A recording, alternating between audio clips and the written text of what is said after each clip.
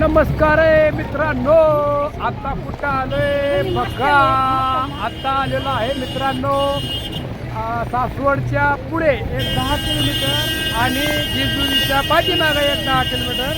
तर बघू शकता तुम्ही.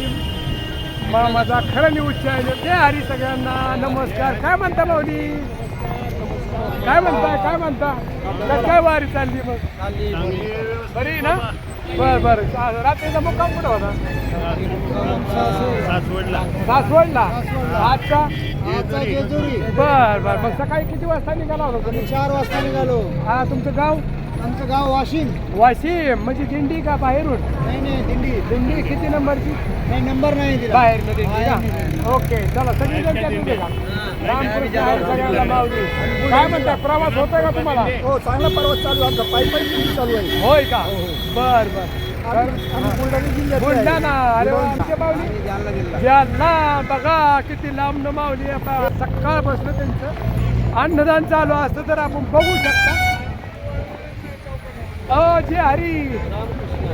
तर आज तुमचं एवढं अन्नदान असतं सकाळी किती वाजल्यापासून असतं? 5 वाजल्यापासून. सकाळी 5 वाजल्यापासून अन्नदान असतं. किती वाजेपर्यंत असतं? दुपारी 1 वाजेपर्यंत. भरपूर लोक अन्नदान करतात आणि एकदम क्वालिटी.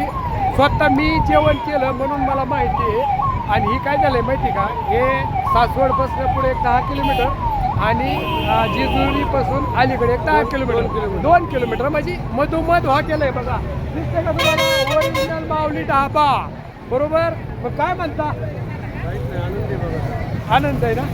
बरं. काय म्हणता माऊली? मग कुठे ना आला तुम्ही? जालना. अरे वा म्हणजे दिंडीमध्ये काय चालत? किती कुठल्या दिंडी तुमची? माऊलीची. आजी कस काय जेवण झालं वाटतं? झालं.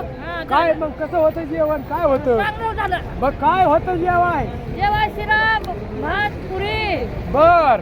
भाजी, हा गाव कुठलं? हनुमंतवाडी, तालुका. बर मग दिंडी का तुमची?